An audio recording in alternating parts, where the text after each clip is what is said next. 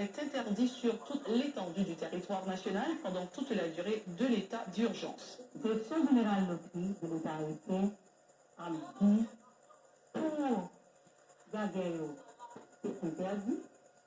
Le casino, il faut respecter la distance sociale que le ministère de la Santé publique demandé. Pour ces machines à sous, il faut distance à respecter. Il faut gens qui ont des machines à sous dans la rue, il faut prendre disposition pour mettre le minimum. Nous devons tout avec un bout de savon, avec un petit chlore, alcool, pour nous laver les mains avant de jouer. Parce qu'il a pesé la machine, il a plagué l'argent là-dedans.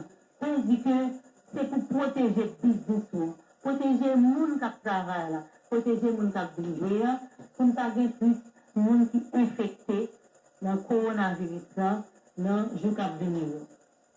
C'est dans ce secteur qui vient tout le monde qui a vu là-dedans. Là, on a privé sur bonne lecture. Après, notre là, après là, le client est fait, nous, à l'esprit, dans 2-3 banques, nous mettons nous d'équipe. Il y a un pile de bonne Saint-Jean, pas respecté. Consigne, ministère, la confiance, pas respecté. Nous disons tout dans le bonne lecture qui peut mettre en consigne ministère de la Santé publique que l'outil de l'État haïtien reprenne, pour mettre en application pour protéger protéger business, protéger les gens qui acheté la main. Le ministre des Travaux publics, Transport et Communication, TPTC, Joséus Nader, a procédé mercredi 1er avril à l'installation de Rod Toussaint comme nouveau directeur général de l'institution. Joséus Nader invite son collaborateur immédiat de se mettre au travail pour redynamiser le MTPTC. Il était au micro de Rigamel. De consécuter tout le système, gazer toute structure existante, donc à atteindre l'objectif préconisé. Par ignorance, certains monde appliquent n'importe qui ça, sans tenter pour éviter le ministère dans le vrai. Par l'acheter, on sait des gens capables, ils vont valider n'importe comment, le parti tenter. Donc, à la crasée, on doit le construire. C'est peut-être ça, on fait appel à un ancien petit cadre, qui connaît cadre, qui a aidé le construire. Le construire, vous le construire, pour le carré des présidents, avec le premier ministre, la montée de Dieu,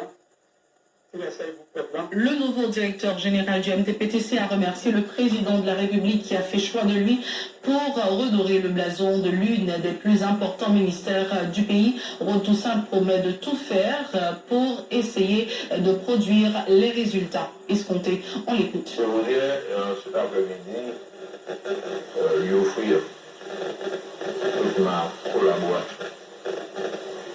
Je promets de ne jamais lui donner le pion par des combines, des actes déloyaux, et par la fourberie, la trahison et la violence. Mes remerciements vont enfin à vous, ici présents, en signe de collaboration, de solidarité et d'attachement à la personne. Je n'ai pas besoin de vous camper mon identité, vu que la majeure partie de ma carrière professionnelle s'est déroulée devant vous depuis 23 ans au ministère, 23 ans au ministère et 6 ans en dehors du ministère. Donc cela s'était passé sous vos yeux, donc je n'ai pas besoin de vous camper mon identité. Et comme il y a entendre le ministre parler, en l'air d'être plus au beau discours, mais dans la tâche.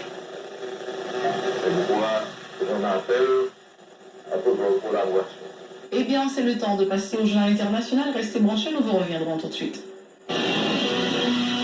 Merci d'être encore avec nous sur la télé Pacifique. Voici la deuxième partie du journal.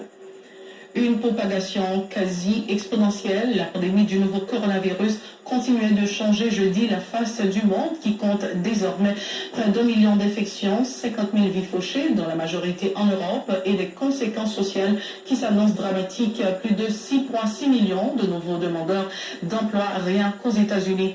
La moitié de l'humanité, plus de 3,9 milliards de personnes, est appelée à se confiner si 500 000 cas ont été recensés. En Europe, le continent le plus touché, les États-Unis sont en passe de devenir le nouvel épicentre avec 215 000 cas décomptés. Faute de capacité suffisante de dépistage, ces bilans sont très probablement bien en dessous de la réalité. Objet d'une course effrénée entre les entreprises de biotechnologie, les tests de sérologie qui permettront de dire notamment si quelqu'un peut retourner travailler sont en train d'être développés et ne sont pas encore évalués, a expliqué l'Organisation mondiale de la santé. Les tests de sérologie devraient déterminer après coup si un individu a été en contact avec le virus et s'il est donc a priori immunisé. Une fois guéri, les anciens malades racontent la peur de mourir, comme Javier Lara, 29 ans, qui s'est retrouvé en soins intensifs et sous oxygène avant de sortir de l'hôpital le 23 mars. Aux soignants, il avait demandé « Je vais mourir, m'en remettre ». Il me disait « Nous ne le savons pas, ce virus est nouveau ». Les conséquences sociales déjà s'annoncent désastreuses, comme aux États-Unis, où les demandes hebdomadaires d'allocation au chômage ont enregistré un nouveau record avec 6,6 millions de nouvelles demandes. Jeudi, la compagnie aérienne britannique British Airways a annoncé qu'elle plaçait 28 000 salariés, soit 60% de ses effectifs, en chômage partiel. L'ampleur de la crise ne dissimule pas les tragédies individuelles. La mort d'un nouveau-né dans l'État de Connecticut a ainsi particulièrement frappé les esprits, les enfants étant jusqu'ici relativement épargnés. Selon les projections de la Maison-Blanche, le Covid-19 devrait faire entre 100 000 et 240 000 morts aux États-Unis. La pandémie a entraîné jeudi le report d'un mois à mi-août de la convention du Parti démocrate qui doit désigner son candidat à la présidentielle face à Donald Trump. Au SEC Express, profondément préoccupé, le secrétaire général de l'Organisation mondiale de la santé, Tedros Adhanom, n'a pu que constater la croissance quasi exponentielle du nombre de cas. Au point qu'au Brésil, près de Sao Paulo, dans le plus grand cimetière d'Amérique latine, les fossoyeurs, dépassés par l'arrivée incessante de nouveaux cercueils, effectue des enterrements express. De la sortie du corbillard à la pose de la couronne de fleurs sur la tombe déjà réouverte de terre, l'enterrement ne dure pas plus de 6 minutes. En Iran, l'un des pays les plus touchés, 3,160 morts, où les autorités ont tout fait pour éviter le confinement avant de se résoudre fin mars à interdire tout déplacement entre les villes. Le président du Parlement, Ali Larijani, a été testé positif à son tour malgré des mesures de confinement qui concernent près d'un habitant de la planète sur deux. Le bilan ne cesse de s'alourdir, plus de 13 000 morts en Italie, 10 000 en Espagne, plus de 100 000 aux États-Unis. N'oubliez pas de nous suivre sur les réseaux sociaux, Facebook, Twitter, Instagram, YouTube ou encore radiotélévisionpacifique.com. Vous pouvez également télécharger l'application Radio-Télévision Pacifique sur votre smartphone. Vous pouvez également nous suivre sur les bouquets Canal+, chaîne 182. Au revoir, à la prochaine.